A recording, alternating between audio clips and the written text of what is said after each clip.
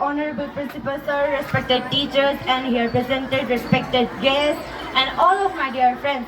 It's me, Ansu Shresth from class 9 here, really grateful for Honorable Principal Sir for giving me this grand opportunity to give a short speech on the topic of a very important part of our body, that is nervous system.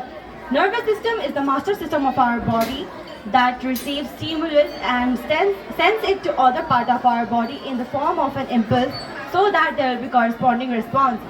The nervous system is mainly of three types, that is central nervous system, peripheral nervous system, and autonomic nervous system. The central nervous system consists of brain and spinal cord. The brain is the most delicate and important part of our body that coordinates and processes the overall information and function of our body. The mass of a brain is around 1.2 kg to 1.5 kg.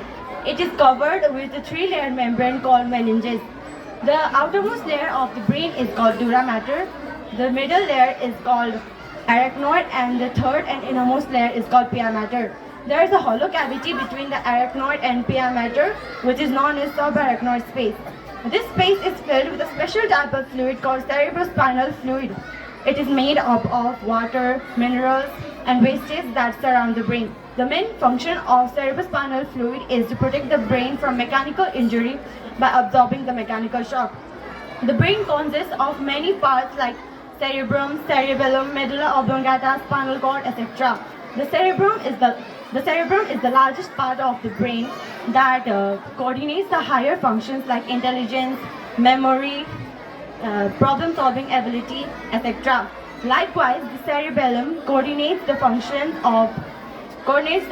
like balancing the body, balancing the muscle tone, etc. And as for the medulla oblongata, it is responsible for maintaining the blood circulation, respiration, and the heart functioning.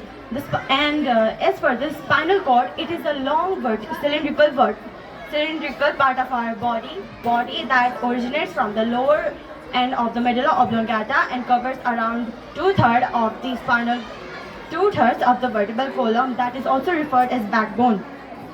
As for the peripheral nervous system, it includes